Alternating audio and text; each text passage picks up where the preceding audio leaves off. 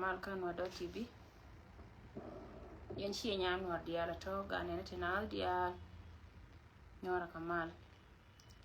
ya tun nya ko ga mala an mo ga dor chiara la yan tun ne bu kon bu ni wala ma chiara la ni go na mama no ga la mala Jason mala an mo go mal mi di long mala yan dia nya pamakur mala mal magalo kim mal magalo man dis mala ni mar ni nya chang tan mala gat kos man magalo man dit man magaga ko re man magaga mala yendia che nyor ka mala ne dia la to chanenda. Thank you so much 1953 lo anga ko bianam bia chia ci bang na rar ke news mama Elizabeth nya chol mala nyangon weri na ta na cha gwalong wo hine message me we ke ji gore ji tina message me long ci ko da ala ka long wo ji te jena ci odu ba ci ner ka mala na ta na nyangon weri tu do chin char ko te me no rar na ka lo de ji long an ngai ji wo ji na jiram ke mala pes ta ma wo me la lat ka kana mal mo ga long sibit mala india je india ner ka mala Thomas mala manu dit goga la gogan che bele janya long ko ta manana ye sha bare kan yana ba go masha ba life la wata mala da chala janya roi an barar kenya makana wa kama nana go rabala ta ngai je wa community dan tega dung do wote ka ta bana la ba nana michi dor che bana la wote me di michi di de long lana jala ba na ka dutu go chan be na mi kula ngai go wona me chan ngai karo. So I'm so sorry ni ro kona bianga ne yo chore go che ko mi la ro ko yene je ba la je ka ngai de ba ben ko gor ko gore je go abele takara me chiro do gurna bi nyo ko pa ko jogo me mi ti gui yo ne me mala de me be ja ko jen bi sherku be kala campaign tare jam ka kam cherpi tare jam ko nong tuni tare jamba ko jen mete karame chiro do gur e mas pine do gor kon gar kuno kon la roj wo beteti dia lo ngwana bakalat kara go no ko yeme la da yo nga yeme la da gan barar gwa me te ka gadan me ci di cieket ka ci jendi da makarwade gada me gaay ka je a long nuari especially ne ko no kwala da pinchal ke lo nuer meti jana me lomba waka lo nuer community here wada no kon nuari but chawe chart begin at home kawaya jene chart be begin at home mete ga mago me chira na la yen jiran la yana to yen bane ko kena ko wane ngan ba barar ko ngan ba dit ka baka play kaka to din ke yo te ga mba walatte yo me we ka mante ko ne chaga da baken te chan go ra bala re before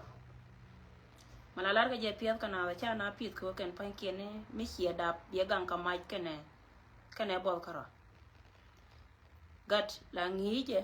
man me cha dap na ka ngwan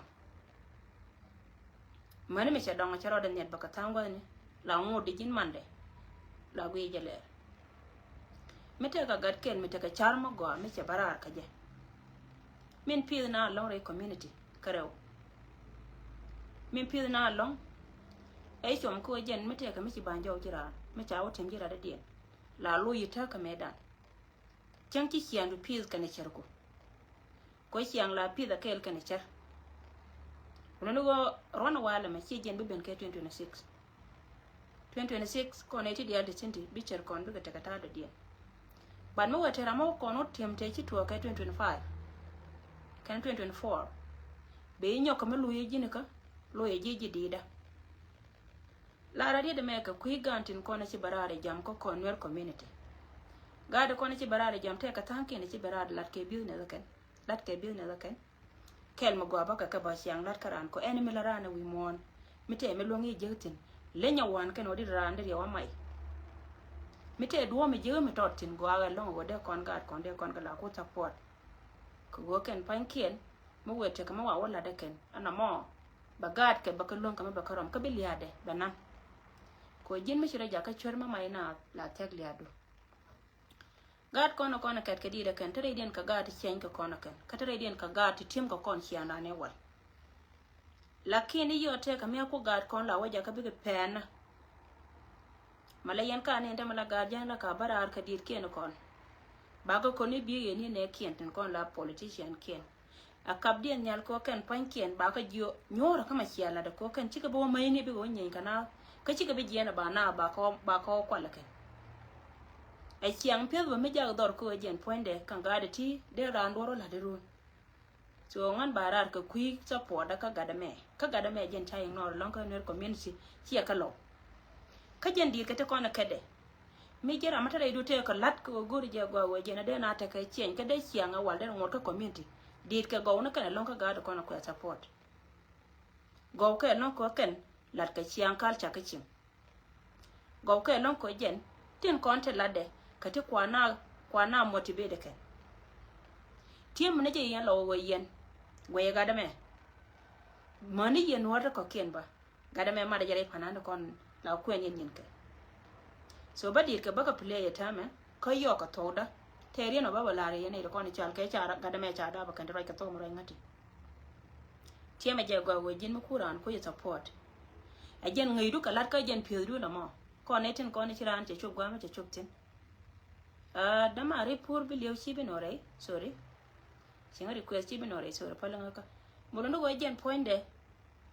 go ande jen pu ju go mi chiran che support baro da wolong gwa we tin gada ma bata jen tek mi chuje gwana tete yenwar community amani yeneten kono chal kay law nor chang chab reveal ko social media gor kono go bana tedan mat ka gadame katin chalat dir kala yen ka ling bat ku yen point ne wonga te dir kel me apaya kamrar di da mo me chewe lyangate kono la da tin tanken ka to ki apanan business da kele ne business din me chaken ka kunye di chala nyer loko tera me ko rai ka media ka gwa me cho cha we nyer bo shara ka gal ko kan kare yir ka krim ka ken bala ngor ka marai ka karo la roi ka na chang ngora ni wa chang ti nyal gore che degree chelas wa nye lo ka la gal karo dia na ke chal ka ne gal che chal ka nye lo ka gal ko ken te ka chiang palepi ka che do la mo jala re dia de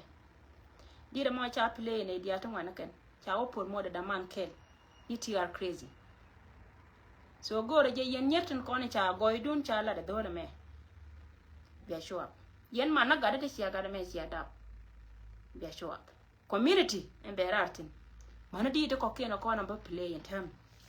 mere tiem ka tela dole make so jen na be ba pe tin gwa dum ti de mo ba di ke la ko play ke nu biya ye ko la wi a team ko la yen ka din ba to ka din nyet borcha nyoda jen do kwa chia mana ngan di da me ngan la da liang da ka dit la ma ne di lo ko da lo ba di da me chaling hyo wa loy da ka la tan la de a chi ma go ga le jo mo go a che music ma cha po da go ba la tan la de ko ken ka to la te ko na la de ken ka to ka ga da me cha wa ka da dit che jen che wur ko be joy barara wala ka pe dan ma ko nuwar dia yang na me lat ka ga da me thank you ba di da ba play dia ma yandi alo lo ko biya share